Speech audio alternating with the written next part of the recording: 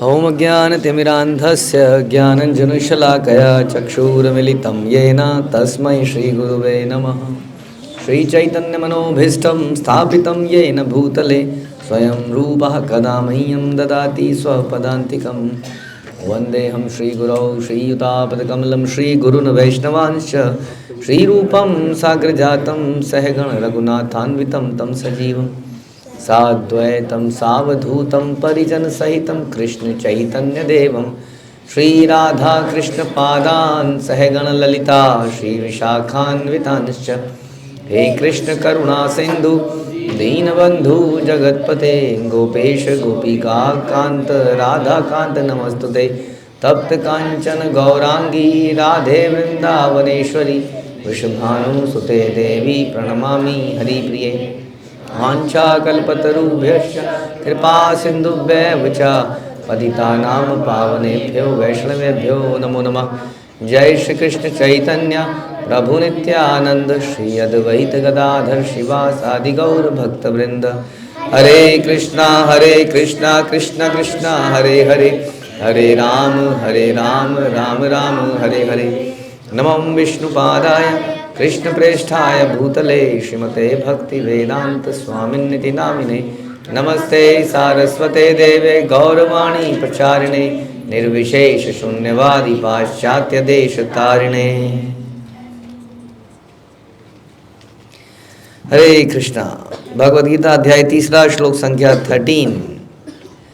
यज्ञशिष्टा सिनः सन्तो मुच्यन्ते सर्वकिल्बिषै भुंजते ते त्वघं पापा ये पच्यन्ते आत्मकारणात्।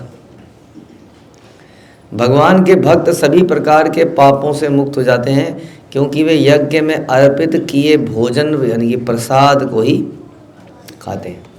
अन्य लोग जो अपने इंद्रिय सुख के लिए भोजन बनाते हैं वे निश्चित रूप से पाप खाते हैं, निश्चित रूप से। तो ये एक ऐसा श्लोक है जो मुझे लगता नहीं इस्कॉन के बाहर दुनिया में किसी ने भी कभी पढ़ा है, सुना है। बड़ी अजीब सी बात है। गीता जो है पूरे संसार में सबसे प्रचलित पुस्तकों में से है, लेकिन फिर भी उसके कुछ ऐसे श्लोक हैं जो लोगों को कभी नहीं सुना है किसी ने। लोग तो ये भी कहते हैं कि गीता में कहाँ लिखा है बताइए कि मीट नहीं खा सकते हैं। तो वैसे ही कुछ लोग भक्तों को अक्सर बोलते हैं क्या तुम ये टोटका सा करते रहते हो, भोग लगाना है भोग लगाना है। भगवान के भूखे बैठे हैं ना, बोले खाते हैं क्या वो। इस प्रकार की कई बातें करते हैं। तो हमें समझना पड़ेगा। हमने इससे पहले समझा कि यज्ञ करना है कृष्ण की प्रसन्नता के लिए कार्य करना है। तो प्रभुपाद ने बताया कि सारी वस्तुएं एक्चुअली में हमें भगवान से प्राप्त हैं। हर चीज़ भगवान से प्राप्त है और जिससे कोई हमें वस्तु मिलती है, हमने पिछले श्लोक में भी सुना था। तो जब हमें कोई कुछ वस्तु देता है तो हमें क्या करना चाहिए। किसी को कोई आपको दे, आपको ये लो, ये खा लो, ये पेंसिल ले लो, क्या बोलोगे तुम? थैंक यू बोलोगे, है ना। धन्यवाद, आपका बहुत बहुत शुक्रिया बोलेंगे, हृदय से बोलेंगे, अच्छी में उसको ग्रेटफुल फील करेंगे। तो नॉर्मल एटिकेट्स हैं जो होने चाहिए। तो हम एक दूसरे को तो अक्सर ऐसा बोलते रहते हैं, thank you thank you thank you, लेकिन भगवान को कभी नहीं बोलते थैंक यू। कृष्ण की आज सूर्य उदय हो गया, बोला कभी किसने? Oh thank you sun has come, thank you moon has come, बोला है? नहीं। थैंक यू रेन, बारिश आ रही है, थैंक यू कृष्णा, वो नहीं बोलते ना हम लोग। तो कितने गिफ्ट मिलते हैं हमें, तो नहीं बोलते। तो प्रभुपाद कह रहे हैं बोलना चाहिए, आउट ऑफ ग्रेटफुलनेस बोलना चाहिए। लेकिन जो प्रेम होता है वो इससे भी ऊपर होता है। उसमें केवल थैंक यू नहीं बोलता, उसमें आदमी क्या करता है, उसमें कुछ करना भी चाहता है वो उसके लिए, है ना। कुछ करना चाहता है केवल। जैसे कि आपको कोई जैसे बोलते हैं ना कि ददाति प्रतिगृह्णाति, आपको कोई कुछ देता है तो आउट ऑफ लव आप भी देना चाहते हैं, नॉट आउट ऑफ कंपल्सन। और नहीं तो आप बोलेंगे ओके थैंक यू, आपने रखा, हो गया ख़त्म। लेकिन प्रेम होगा तो आप भी सोचेंगे अरे I also want to do something, हाँ, है ना। तो जो प्रभुपाद कह रहे हैं कि भगवान के भक्त क्या बोलते हैं, प्रेमांजुन चरित भक्ति विलोचनेना संता सदैव हृदय विशु विलोकयन्ति। तो भगवान के जो भक्त हैं, संतगण हैं, वो हमेशा समस्त आनंद के दाता गोविंद या मुकुंद मुक्ति के दाता या कृष्ण सभी को आकर्षित करने वाले के प्रगाढ़ प्रेम में मग्न रहते हैं। भक्त हमेशा भगवान के प्रगाढ़ प्रेम में मग्न रहते हैं, इसलिए वो हर वस्तु को भगवान को अर्पित करना चाहते हैं। तो उनको बड़ा अंदर से रहता है कि यार we are not eligible for this, है ना। जैसे कई बार किसी को कुछ, अरे इसकी क्या जरूरत थी। हाँ, कई बार तो औपचारिकता से बोलता है आदमी, लेकिन कई बार हृदय से ही बोलता है कि नहीं नहीं, क्यों कर रहे हैं आप मेरे लिए इतना, है ना। कई बार लगता है, ख़ास तौर पे इस परिवार में जो इस्कॉन श्रील प्रभुपाद ने हमें दिया है, भक्त लोग हमारे लिए इतना कुछ कर देते हैं। कई बार हमें लगता है इतना कितना कर दिया आप लोगों ने, मैं इसके लायक तो नहीं था, है ना। तो वो एक अलग भाव है, प्रेम है। तो उसके हृदय में भी प्रेम जागृत होता है। तो जब प्रेम जागृत होता है तो व्यक्ति कुछ करना चाहता है। लेकिन जो संसार में केवल व्यक्ति भोगना चाहता है, समझ में आ रहा है, जो केवल भोगना चाहता है वो केवल औपचारिकता के लिए thank you thank you thank you बोलना सीख जाता है। हाँ, तो आपको बड़े बड़े स्कूलों में उसमें आप बोलोगे, आप कुछ करोगे, बोलेगा थैंक यू, तो वो क्या बोलेगा, मतलब है welcome, you are welcome, mention not, हाँ सेम है, माई प्लेजर, बहुत सारे वर्ड उसने रट लिए हैं, लेकिन उसका कोई मतलब नहीं है, उसको बोलना है। ये एटिकेट्स की दुनिया है, चाहे उसको फील करे ना करे। लेकिन भक्त इस बोलने से ज़्यादा किस पे बिलीव करता है, करने पे बिलीव करता है, हाँ। इसलिए वो सोचता है हमेशा कि किसने मेरे लिए क्या क्या किया, इस व्यक्ति ने मेरे लिए ये किया, इस व्यक्ति ने मेरे लिए ये किया, वो हमेशा याद रखता है, हाँ। लेकिन अनग्रेटफुल व्यक्ति भूल जाना चाहता है। इसलिए भगवान के भक्त हमेशा याद रखते हैं कि भगवान ने उनके लिए क्या क्या किया है, क्या क्या किया है, गुरु ने क्या क्या किया है, परंपरा ने क्या किया है। तो इसलिए वो क्या करते हैं, they want to give back. हाँ, जैसे कि एक वृक्ष है, जब वो छोटा होता है तो पौधा कहलाता है। क्या कहलाता है, वृक्ष छोटा होता है तो, हाँ जी भाई साहब, क्या कहलाता है, हाँ जी, यहाँ ध्यान से सुनिए, पौधा कहलाता है। तो जब पौधा होता है तो पौधा हमेशा लेना जानता है, पानी लेता है, केयर लेता है, उसको बाढ़ लगानी पड़ती है, बहुत केयर करनी है, बहुत कुछ लेता रहता है पौधा। और एक दिन वो बड़ा हो जाता है, फिर वो क्या करता है, फिर वो देता है। क्या क्या देता है, क्या क्या देता है, फल, फूल, ऑक्सीजन, छाया, लकड़ी, पत्ते, देता है ना। और हम उसको क्या देते हैं, पानी देते हैं, नहीं देते, कुछ देते हैं, कुछ नहीं देते हम उसको, और वो सब कुछ देता है। तो उसी तरह से जब हम लोग नए होते हैं भक्ति में या संसार के अंदर बच्चे होते हैं या भक्ति में नए होते हैं, तो हमें बहुत कुछ मिलता है, हमारा पोषण होता है, बहुत मिलता है। और एक दिन हम क्या बन जाते हैं, एक दिन हम पेड़ बन जाते हैं। और पेड़ भी अगर मांगे तो कैसा लगेगा। तो जब हम बड़े हो जाते हैं, भक्ति में पुराने हो जाते हैं, तो हमारी क्या जिम्मेदारी बनती है, देने की। लेकिन हम फिर भी लाला हम लाला बने रहते हैं। लाइए, पूछा नहीं मुझे किसी ने दिया नहीं, मुझे किसी ने ये नहीं किया, मुझे किसी ने वो नहीं किया।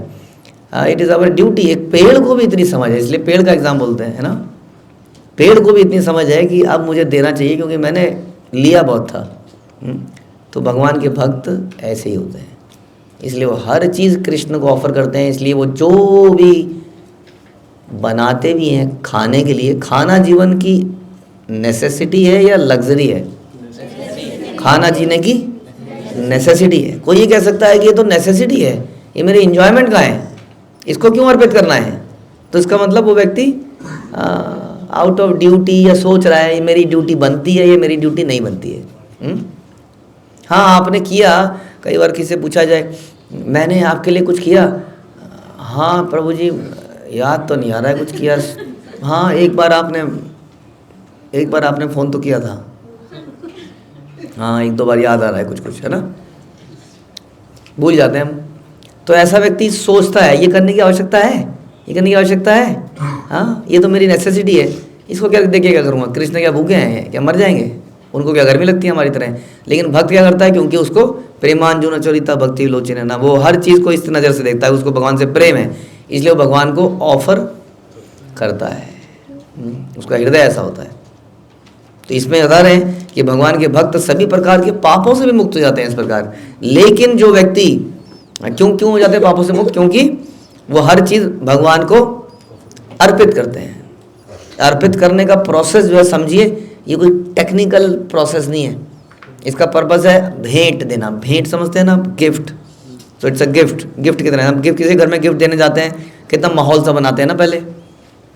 हम आपसे ना मिलना आना चाहते हैं। अरे तो आ जाओ, तो क्या हो गया फिर? नहीं आप हैं क्या? नहीं है तो बता, फ़ोन पे नहीं हम मिलना चाहते। ऐसा होता है कि नहीं? औपचारिकता से वाला आदमी थोड़ा अच्छा सा माहौल बनाता है। कई बार आज मेरे से कुछ भक्त मिलने आए थे इसी तरीके से, मैं उनको समय नहीं दे पाया। तो वो इसी तरह से आए थे, हम आपसे मिलना चाहते हैं। अब मैं भागता दौड़ता कहीं से आया और कहीं जा रहा था, और 2 मिनट में आए, वो कुछ ले के आए थे एक्चुअली। तो ऐसा आदमी बनाता ना माहौल, फिर एक पैकेट लेता है, उसको गिफ्ट पैक में डालता है, एक पॉलीथीन में डालता है, फिर बड़े अच्छे से ये हम आपके लिए लाए हैं, है ना? ऐसा होता है ना? तो इट इज़ लाइक दैट। इस भेंट है, ये गिफ्ट है, इसमें प्रेम है ना? इट्स नॉट कि आपने दिया था, लो जी हिसाब बराबर। तो इसलिए वो भगवान को हर चीज़ बड़े प्रेम से अर्पित करता है, और इस प्रकार जो भगवान को ऑफर करता है, इसलिए वो पाप से बच जाता है, बता रहे हैं। और पापी लोग पापी जाते क्यों? क्योंकि जो चोरी करके खाता है वो कौन हुआ? नहीं, चोर तो था ही, चोरी करके जो खाता है वो पापी और हो गया। चोर तो था ही, पहले वो चोर था, उसके बाद उसने उसको खाया, यूज़ किया, तो क्या बन गया? पापी और में। तो पिछले श्लोक में भगवान ने बोला चोर है, और यहाँ बोला पापी है। तो इस सिविलाइजेशन क्या बन चुकी है? चोर और पापी। क्या बताइए? ऑल दो हमारी साक्षरता की दर बढ़ चुकी है, लेकिन पापी और चोरों की दर 99.99% पीपल आर थीव्स। सोचिए समाज में इस वक्त, क्योंकि कोई भगवान को अर्पित करना नहीं जानता है। इसलिए जो अपने इंद्रिय सुख के लिए भोजन बनाते हैं, क्यों बता रहे हैं भगवान चोर है?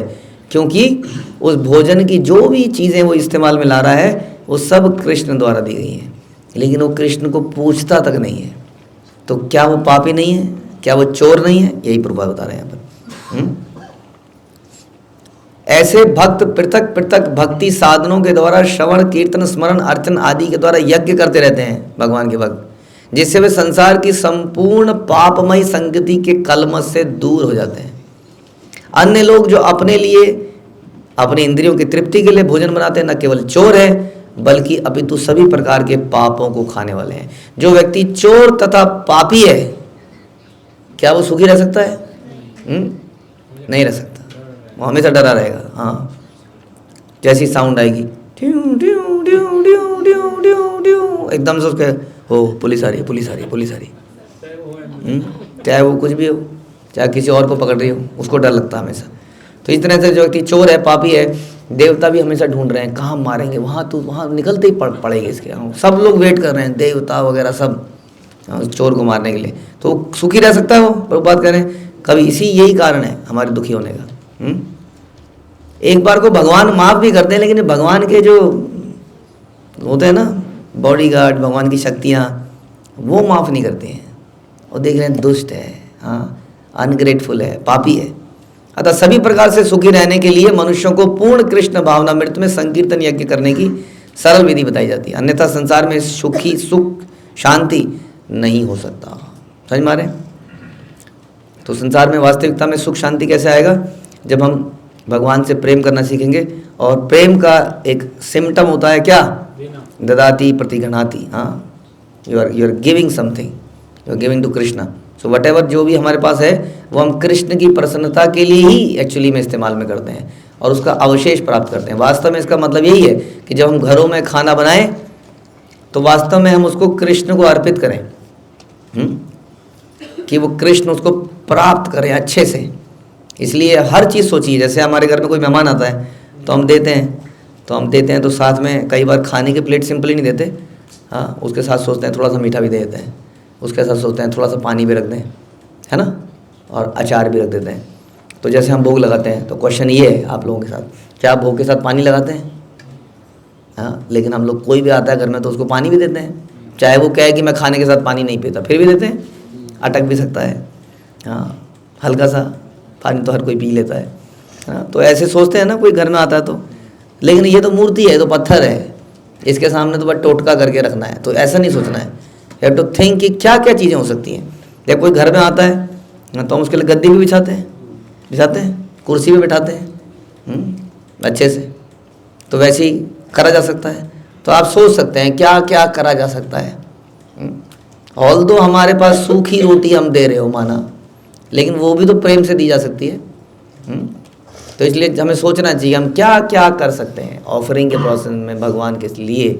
और ये जस्ट केवल खाने की बात नहीं है, वट एवर वी डू, जो भी हम करते हैं इस प्रकार से जीवन में, वो यही सोच के करना चाहिए। हमें जो भी प्राप्त है हम कृष्ण को भेंट करें या कृष्ण की प्रसन्नता के लिए उसका इस्तेमाल में लाएँ, उसको प्रयोग में लाएँ।